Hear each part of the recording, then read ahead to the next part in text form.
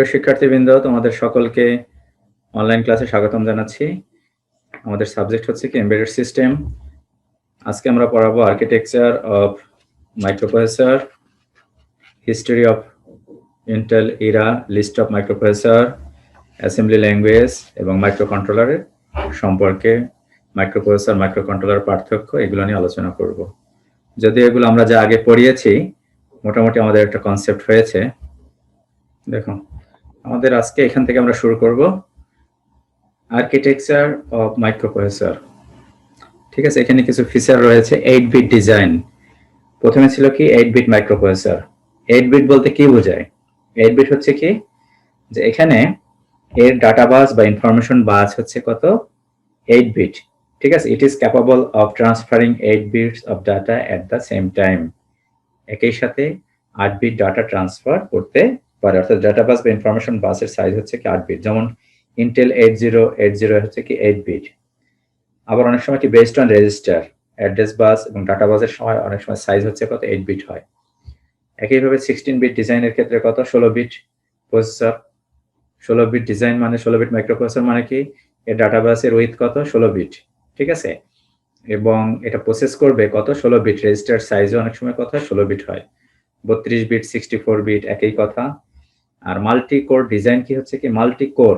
A multi core processor is a computer processor integrated circuit with 2 or more separating units.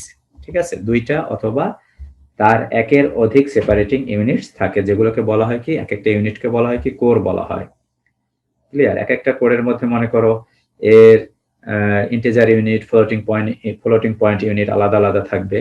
এটাকে বলা কি multi core design. ঠিক আছে, একাধিক কোর থাকবে, সেপারেটিং কোর থাকবে।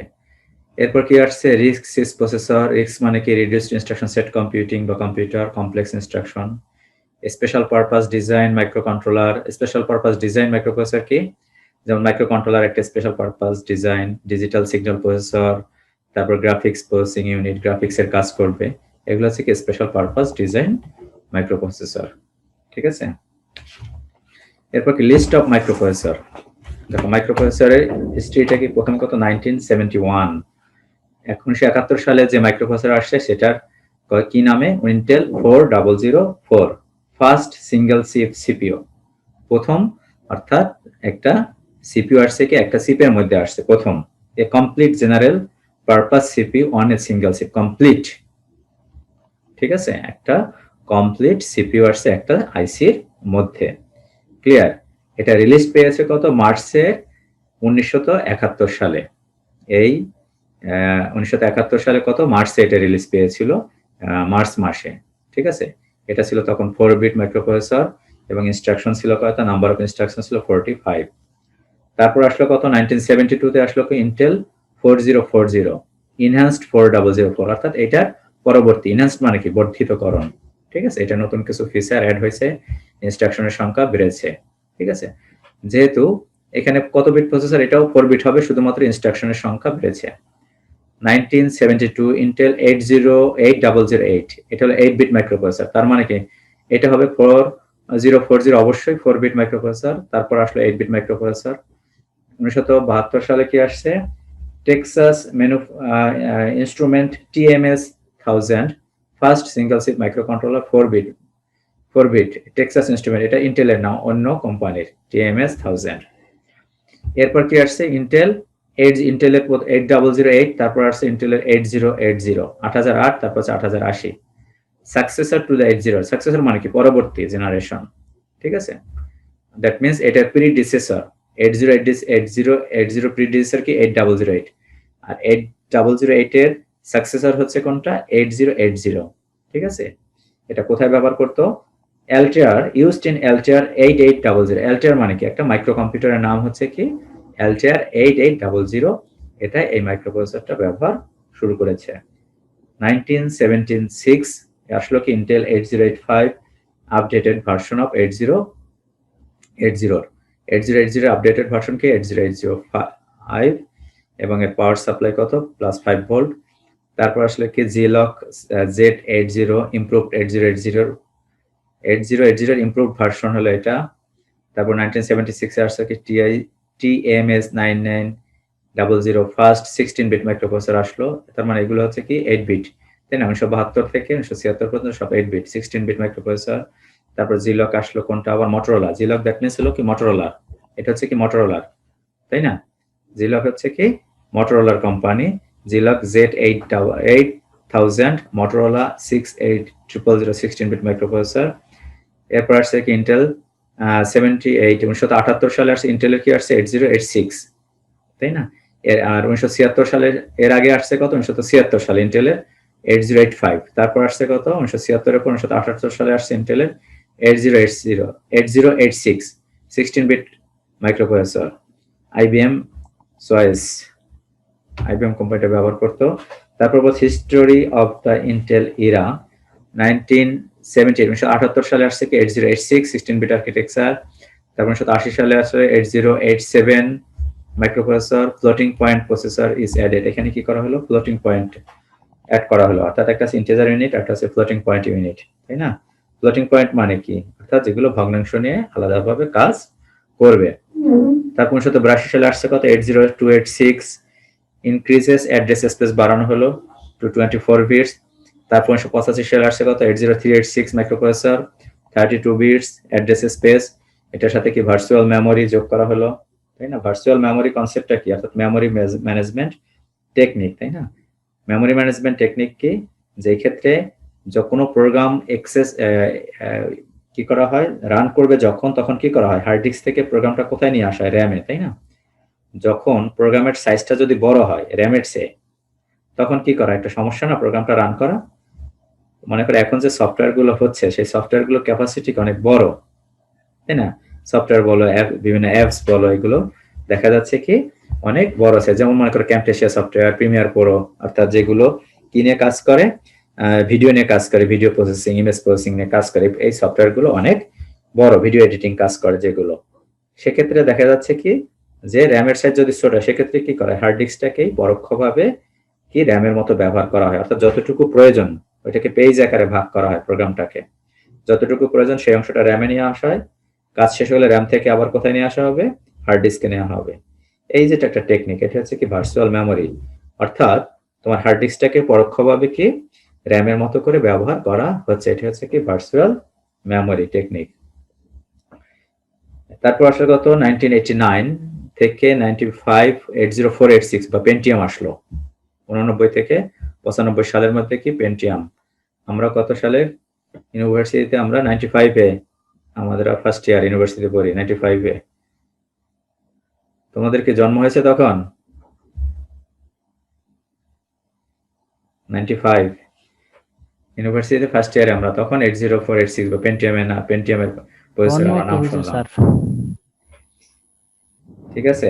added a few instructions of base MMX. MMX means is a platinum microprocessor that is designed to run faster when playing multimedia. এটা হচ্ছে কি MMX বা SIMD architecture. MMX is a Pentium microprocessor. MMX টা দ্বারা কি বোঝাচ্ছে base MMX হচ্ছে Pentium microprocessor একটা MMX। এরপর কি আসলো, আচ্ছা এখানে আগের ইয়েতে দেখবে মোডস অফ 386 এর মোড কয়টা, রিয়েল মোড আছে একটা আছে কি প্রোটেক্টেড মোড যেখানে ভার্চুয়াল রিয়েলিটি বা পেজিং সিস্টেম কাজ করে, আর একটা আছে ভার্চুয়াল মোড। এই তিনটা মোডস অফ 386 প্রসেসর যেটা। এরপর আসলে কত 1997 সালে পেন্টিয়াম 2। তারপর আসলো কত 1999 সালে পেন্টিয়াম 3। এখানে বলছে কি SSE, একটা টার্ম লেখা আছে SSE দ্বারা কি বোঝায় streaming seemed extension. Streaming seemed SSE এর পূর্ণ মিনিং হচ্ছে কি streaming seemed extensions. SSE is a processor technology that enables single instruction multiple data. এটা কি স্ট্রিমিং SSE এর পূর্ণ মিনিং হচ্ছে কি স্ট্রিমিং সিমড এক্সটেনশন। এরপর আসলো কত 2001-এ পেন্টিয়াম 4 বা P68 নেট বার্স্ট বলা হয় এটাকে, P নেট বার্স্ট বা এটা হলো কি পেন্টিয়াম 68। এটা পেন্টিয়াম 68 এর ইনস্ট্রাকশনের সংখ্যা কত 144 2003-এ। অর্থাৎ যে তোমাদের যে হিস্ট্রি অফ দা ইন্টেল এরা, ইন্টেলের যে হিস্ট্রিটা সেটা এখানে দেওয়া হলো। 2003 আসছে এটা টেস্ট ক্যাশ, এটা তারপর আসছে 2005 এটা, 2007, 2008, 2009 সাল মাল্টি কোর, 2009 মাল্টি কোর, একাধিক কোর। অ্যাসেম্বলি ল্যাঙ্গুয়েজ, আচ্ছা কম্পিউটার প্রোগ্রাম করা হয় কি প্রথম ফার্স্ট জেনারেশন কি প্রথমে কি ছিল বলতো, যে 0 1 দ্বারা প্রোগ্রাম করা হতো, তাই না? 0 এবং 1 দ্বারা, এটাকে কি বলা হয়? Machine language. মেশিন ল্যাঙ্গুয়েজের সাহায্যে প্রোগ্রাম করা কি কষ্টকর, তাই না? বিরক্তিকর না 0 1 এর সাহায্যে। তাইলে তারপর কি আসলো? ফার্স্ট জেনারেশন আছে কি মেশিন ল্যাঙ্গুয়েজ, আর এবং এটা ছিল কি যে হার্ডওয়্যার ওরিয়েন্টেড, বা হার্ডওয়্যার ওরিয়েন্টেড মানে কি যে যে কম্পিউটারে তুমি এটা রান করবে তার হার্ডওয়্যার কনফিগারেশনটা তোমার জানতে হতো, তার উপর বেস করে তোমার কি প্রোগ্রামটা লিখতে হতো। সুতরাং এটা একটা সমস্যা এবং প্রোগ্রাম করাও কষ্টকর 0 1 দ্বারা, তাই না? এরপর আসলো কি অ্যাসেম্বলি ল্যাঙ্গুয়েজটা আসলো, নিউমনিক কোড ব্যবহার করা হয়, নিউমনিক কোড বা শব্দ প্রোগ্রাম বলা হয়, যেমন অ্যাড, সাবট্রাকশন, তাই না? এবং এটার জন্য যে এটাকে কি বলা হয়, এটাকে তো আবার ইয়েতে কনভার্ট করতে হবে অবজেক্ট কোডে, তাই না? নিউমনিক কোড থেকে, তার জন্য কি ব্যবহার করে? অ্যাসেম্বলার। অ্যাসেম্বলারের কাজ কি? অ্যাসেম্বলি ল্যাঙ্গুয়েজটাকে আবার মেশিন ল্যাঙ্গুয়েজে কনভার্ট করাই হচ্ছে কি অ্যাসেম্বলারের কাজ।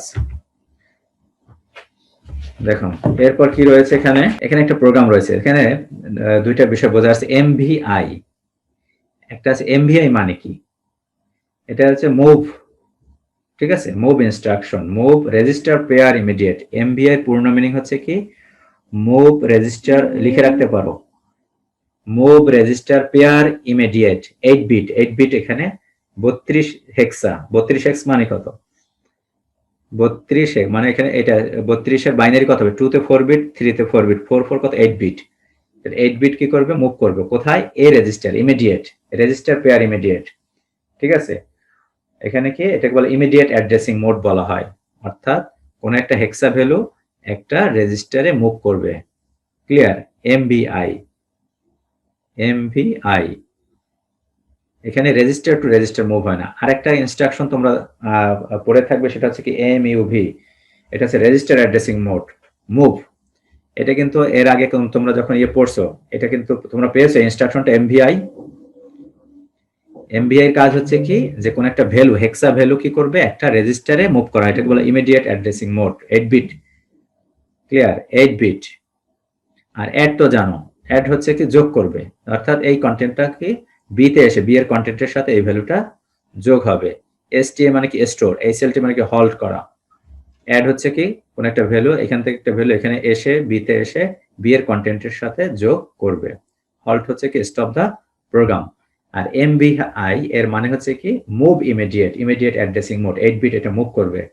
মুভ রেজিস্টার পেয়ার ইমিডিয়েট বলে, move register pair immediate, immediate addressing mode, অর্থাৎ একটা ভ্যালু রেজিস্টারে মুভ করবে। আর এটার ক্ষেত্রে দেখো আইএনআর কি ইনক্রিমেন্ট, বি রেজিস্টারেবল ইনক্রিমেন্ট হবে এই যে এমভিআই একটা, আর হচ্ছে মুভ এমইউভি, দুইটার পার্থক্যটা কি? এটা হচ্ছে কি immediate addressing mode 24 8 bit, 8 bit বিতে আসবে। আর এই মুভ মানে হচ্ছে এমওভি হচ্ছে কি copies B register into ACC accumulator, A মানে কি অ্যাকুমুলেটর রেজিস্টারে, অর্থাৎ বি এর ভ্যালুটা কোথায়? অ্যাকুমুলেটরে মুভ এ বি, অর্থাৎ বি এর ভ্যালুটা এতে এসে অ্যাকুমুলেটরে এসে এতে মুভ হবে, ঠিক আছে? কপি হবে। এটা হচ্ছে কি রেজিস্টার অ্যাড্রেসিং মোড বলা হয় মুভ। এটা হচ্ছে কি এটা হচ্ছে কি আর ডি অর্থাৎ ডেস্টিনেশন রেজিস্টার, আর এটাকে বলা কি আর এস অর্থাৎ সোর্স রেজিস্টার, ঠিক আছে? মুভের কাজ হচ্ছে কি কপি করা, সোর্স থেকে ডেস্টিনেশনে কপি হবে, এটা হচ্ছে সোর্স রেজিস্টার, আর এ হচ্ছে কি ডেস্টিনেশন রেজিস্টার। সাবট্রাক্ট মানে কি বিয়োগ হবে, স্টোর করা, হল্ট। এটা একটু দেখে নিও মেশিন ল্যাঙ্গুয়েজ, অ্যাসেম্বলি ল্যাঙ্গুয়েজ, অর্থাৎ নেমোনিক কোডের কথা এখানে বলা আছে, ঠিক আছে? এই যে ইন হবে এটা, in move, in add, out out halt. এরপর আমরা আরেকটা স্লাইড দেখি।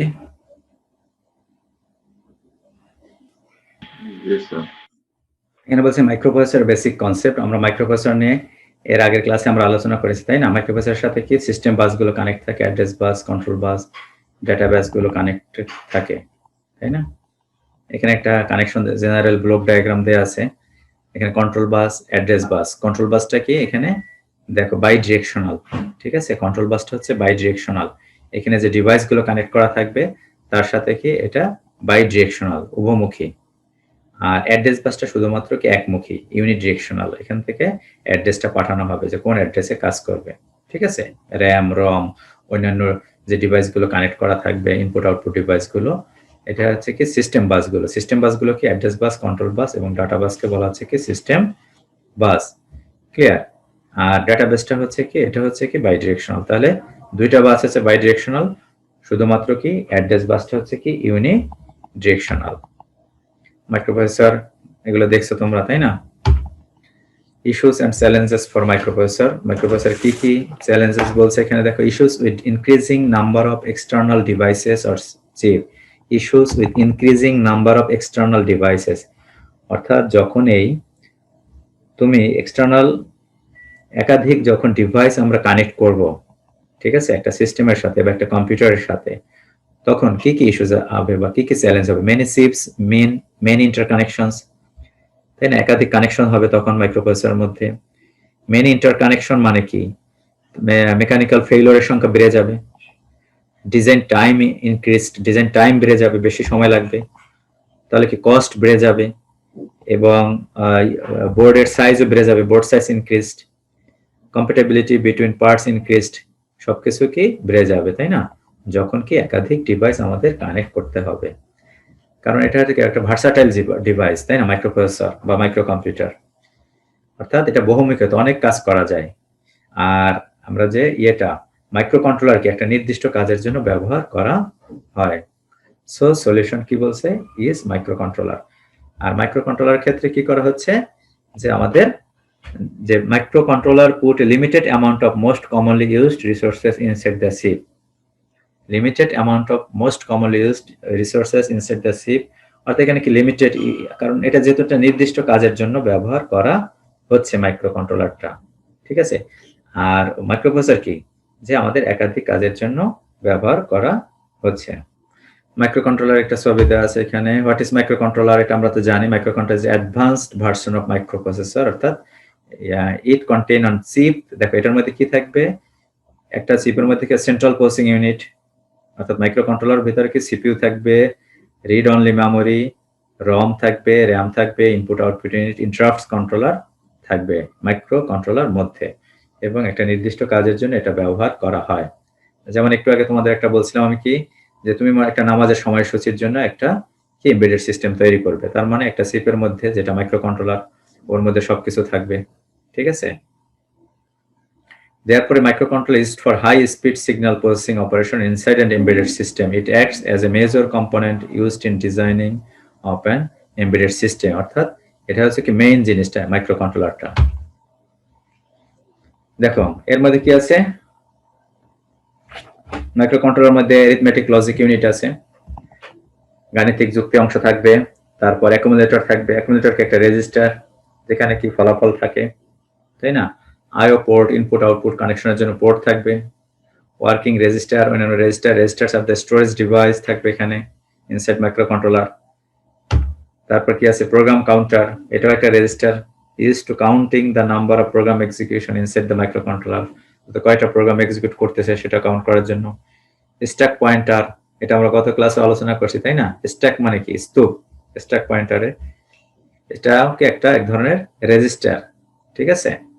স্ট্যাকটা কখন ব্যবহার করা হয়, যে যখন হায়ার প্রায়োরিটির কাজটা আসে, তুমি একটা কাজ করতেছে, মাইক্রো কন্ট্রোলার বা প্রসেসর কাজ করবে, তখন যদি একটা হায়ার প্রায়োরিটির একটা কাজ আসে, তখন এটা কি করবে, আগে যে কাজটা করছিল সেটা কোথায়, স্ট্যাকে রেখে দেবে। স্ট্যাকে রেখে যেটা হায়ার প্রায়োরিটির কাজটা আসবে সেটা করবে, এবং ওইটা শেষ হয়ে গেলে পরে যে প্রথম যে কাজটা করছিল ওইটা স্ট্যাক থেকে আবার পপ করে নিয়ে এসে কাজ করবে। ক্লক সার্কিট, ইন্টারাপ্ট সার্কিট থাকবে, ইন্টারাপ্ট হ্যান্ডলিং সার্কিট, তারপর ইন্টারনাল রম থাকবে মাইক্রো কোথায় কন্ট্রোলার মধ্যে। Block diagram of a microprocessor and micro controller, যদিও মাইক্রো কন্ট্রোলার ব্লক ডায়াগ্রামটা সুন্দর হয় নাই, তাই না? তোমরা একটা সার্চ দিয়ে বের করে নিও যে এটা কি সিস্টেম বাসের সাথে কানেক্টেড। এটাও ডিজাইন কানেকশনটা কিন্তু অ্যাপ্রোপ্রিয়েট না, এখানে কিন্তু বাই ডিরেকশনাল, ইউনিডিরেকশনাল কিছুই দেখানো হয় না। ডাটা বাস, অ্যাড্রেস বাস, আরেকটা বাস কি বাকি রয়েছে, কন্ট্রোল বাসটা দেয়নি, তাই না? সুতরাং এইটা চেঞ্জ করতে হবে, এই স্লাইডটা আমাদের। জেনারেল ব্লক ডায়াগ্রাম একটা মাইক্রো কন্ট্রোলার, এটা ইট কন্টেন্ট যেটা আমরা এতক্ষণ বললাম, মেমোরি থাকবে, র্যাম রম থাকবে, ইনপুট আউটপুট ডিভাইস পেরিফেরাল থাকবে, তাই না? যেমন কি cellphone, camera, microwave oven, washing machine, এগুলো সবগুলো কি যে মাইক্রো কন্ট্রোলার ব্যবহার করা হয়ে থাকে। ঠিক আছে, সিপিইউর সাথে সেন্ট্রাল ওটার মধ্যে কি থাকবে, জেনারেল ব্লক ডায়াগ্রাম কিসের, মাইক্রো কন্ট্রোলার। এর মধ্যে সিপিইউ থাকবে, এই সিপিইউর মধ্যে কি কি থাকবে, যেগুলো connected, IO port, serial port, timing circuit, RAM ROM, ঠিক আছে, ইন্টারাপ্ট কন্ট্রোলার, এগুলো সব ওএসসি মানে কি অসিলেটর, এগুলো কানেক্টেড থাকবে। আর এটা হচ্ছে কি cellphone, camera, microwave oven, that is the example of micro controller, হয় micro controller is used. Peripherals মানে কি বিভিন্ন এর সাথে যে ইনপুট আউটপুট ডিভাইস কানেক্টেড থাকতে পারে। এরপর বলছি advantages of micro controller over microprocessor. Number of pins count decrease, অর্থাৎ মাইক্রো কন্ট্রোলারের কি পিনের সংখ্যা কম, ডিজাইন টাইম ডিক্রিজ, যেহেতু এটা ছোট, যে একটা নির্দিষ্ট কাজের জন্য ব্যবহার করা হয়, তাই না, তার জন্য এটা কি ডিজাইন টাইম কমবে, বোর্ড লেআউট সাইজ কমবে, আপগ্রেড করা ইজিয়ার। তারপর হচ্ছে কস্ট ডিক্রিজ, কস্ট কমবে, রিলায়েবিলিটি ইনক্রিজ, রিলায়েবিলিটি বেড়েছে, কারণ একটা নির্দিষ্ট কাজের জন্য যেহেতু ব্যবহার করা হয়েছে। আর কম্পিউটার সাহায্যে কি আমরা অনেক কাজ করতে পারি, common software, hardware design environment available from manufacturer. এটা কি কমন সফটওয়্যার যেগুলো হার্ডওয়্যার, এগুলো অ্যাভেলেবেল ম্যানুফ্যাকচারারদের কাছে পাওয়া যাবে। মাইক্রোপ্রসেসর ভার্সেস মাইক্রো কন্ট্রোলার খুব একটা ইম্পর্টেন্ট কোশ্চেন, যেটা তোমাদের পরীক্ষা আসতে পারে। এর আগে যেটা আমরা দেখলাম যে হোয়াট ইজ মাইক্রো কন্ট্রোলার এবং মাইক্রো কন্ট্রোলার মধ্যে কি কি থাকবে, তাই না, এখানে 9টা পয়েন্ট আছে, 9টা, যে arithmetic logic unit, accumulator, IO port, working register, program counter, stack pointer, clock circuit, interrupt circuit, internal ROM, এটা কি মাইক্রো কন্ট্রোলার মধ্যে এগুলো থাকবে। সুতরাং ওই কোশ্চেনটা ইম্পর্টেন্ট যে মাইক্রো কন্ট্রোলার কি কি নিয়ে গঠিত, আলোচনা করো, describe the micro controller. Microprocessor মানে কি CPU is stand, microprocessor CPU is stand alone, CPU আলাদা, কিন্তু র্যাম রম আইও টাইমার আর সেপারেট, এগুলো সব আলাদা। ঠিক আছে, মাইক্রোপ্রসেসর। আর মাইক্রো কন্ট্রোলারের মধ্যে সিপিইউ, র্যাম রম, আইও, টাইমার অল আর সিঙ্গেল সিপ। একটা সিপের মধ্যে সিপিইউ, র্যাম রম, আইও পোর্ট সবকিছু একটা সিপের মধ্যে থাকবে, ঠিক আছে, আইসির মধ্যে থাকবে। আর এক্ষেত্রে কি সিপিইউ স্ট্যান্ড অ্যালোন, আর র্যাম রম এগুলো আলাদা থাকবে। Designer can decide on the amount of ROM, RAM and IO port. আমরা কি দেখো, এটা কম্পিউটারে কি তুমি ইচ্ছা করলে র্যামের সাইজ বাড়াতে পারো, তাই না, আইও পোর্ট বা আমরা একাধিক ডিভাইস কানেক্ট করতে পারি পোর্ট যদি থাকে কম্পিউটারে। তারপর বলছে কি পোর্ট থাকবে কি তোমার, এটা কিসের উপর নির্ভর করবে, কি একটা মাইক্রো কম্পিউটারে বলো কেসিং এর উপর, তাই না, কেসিং এ যদি পোর্ট থাকে তুমি যে কানেক্ট করতে পারবে অন্যান্য ডিভাইসগুলো, আইও পোর্ট থাকবে যদি থাকে একাধিক। Fix amount of on chip ROM RAM, এটা কি ফিক্সড, ঠিক আছে, মাইক্রো কন্ট্রোলারে। এক্সপেন্সিভ এটা মাইক্রোপ্রসেসর, এটা কস্ট ইফেক্টিভ। ভার্সাটিলিটি মানে কি বহুমুখিতা, অর্থাৎ অনেক কাজে আমরা এটা ব্যবহার করে থাকি, তাই না, যেমন কম্পিউটার ব্যবহার করে আমরা এখন কি ক্লাস নিচ্ছি। For application in which cost power and space are critical, এটার ক্ষেত্রে কি নির্দিষ্ট কাজের জন্য ব্যবহার করা। সিঙ্গেল পারপাস এটা উপরে আসবে, এটা জেনারেল পারপাস সব কাজে ব্যবহার করা, এটাকে সিঙ্গেল পারপাসে আমরা ব্যবহার করে থাকি। অ্যাডভান্টেজেস অফ মাইক্রোকন্ট্রোলার, ফ্লেক্সিবিলিটি বলছে, ফাস্টার স্পিড অফ এক্সিকিউশন, এটার কি স্পিড, এক্সিকিউশন স্পিড কি ফাস্টার। আবার বলছে কি ওয়ান্স মাইক্রোকন্ট্রোলার্স আর প্রোগ্রামড, যদি একবার যদি এটা প্রোগ্রাম করা হয়, typically they can not be reprogrammed, নতুন করে আর প্রোগ্রাম করা যাবে না। ঠিক আছে, এটা হচ্ছে এই জন্য বলা হচ্ছে এটা দ্যাট ইজ রিজিড, একবারে মাত্র প্রোগ্রাম করা যাবে। ঠিক আছে, এটা একটা এর বড় সমস্যা। অ্যাডভান্টেজ বলা যায় এটা একটা সমস্যা। Typically, they cannot be reprogrammed if microcontrollers are controlled by read-only memory only rather than random access memory. Inexpensive, খরচ কম, লেবার সেভিং, এটা হচ্ছে কি সুবিধা, লেবার সেভিং, লেবার কম লাগবে। ঠিক আছে, তাহলে আজকে আমরা এই পর্যন্ত আমরা পড়ি। ঠিক আছে, যে মাইক্রোপ্রসেসর মাইক্রোকন্ট্রোলারের পার্থক্যটা কি, অ্যাডভান্টেজ অফ মাইক্রোকন্ট্রোলার। ঠিক আছে, microcontroller family series, 4-bit 8-bit families, interface, microcontroller family series, মানে এখানে ইয়েটা দিছে, এখানে একটা হিস্ট্রি দিছে, বুঝছো, মাইক্রো কন্ট্রোলারের। এগুলো তো আমাদের পরীক্ষা আসার মতো কিছু না, বুঝতে পেরেছো? এগুলো পরীক্ষা আসবে না। Choosing criteria for the micro controller, choosing criteria গুলো কি, আমরা একটা যখন মাইক্রো কন্ট্রোলার চুজ করব কি কি ক্রাইটেরিয়া আমরা দেখব। দেখো, does it have the required number of IO pins or port, আমার যেগুলো লাগবে সেই আইও পোর্ট গুলো রয়েছে কিনা, পিন সংখ্যা। তারপর দেখবো কি ডিজিটাল টু অ্যানালগ কনভার্টার বা র্যাম রম এর সাইজ, এটা দেখবো। Does it have other peripherals that are to be needed, অন্যান্য পেরিফেরালস গুলো লাগবে কিনা।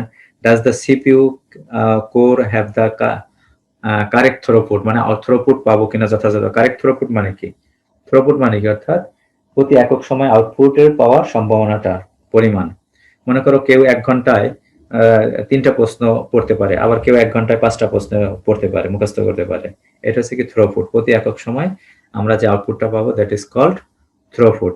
ঠিক আছে, তাহলে এইগুলোকে, এই ক্রাইটেরিয়া গুলো আমরা দেখবো যখন একটা মাইক্রো কন্ট্রোলার চুজ করব। ক্লিয়ার? তাহলে আমরা আজকে এই পর্যন্তই, নেক্সট ক্লাসে আমরা পড়বো বাকিটা।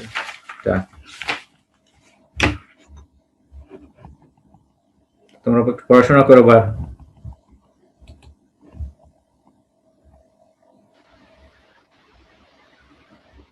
ঠিক আছে স্যার, আপনি সুস্থ হয়ে যান তাড়াতাড়ি। আচ্ছা, অঙ্কন কে আছো? কে জয়েন করে না আজকে? সবাই অ্যাটেন্ডেন্স দিয়েছো? 10 জন, 11, আমি 11। আচ্ছা ঠিক আছে, তাহলে তোমরা সবাই ভালো থাকবে। ঠিক আছে, ক্লাসকে এই পর্যন্ত।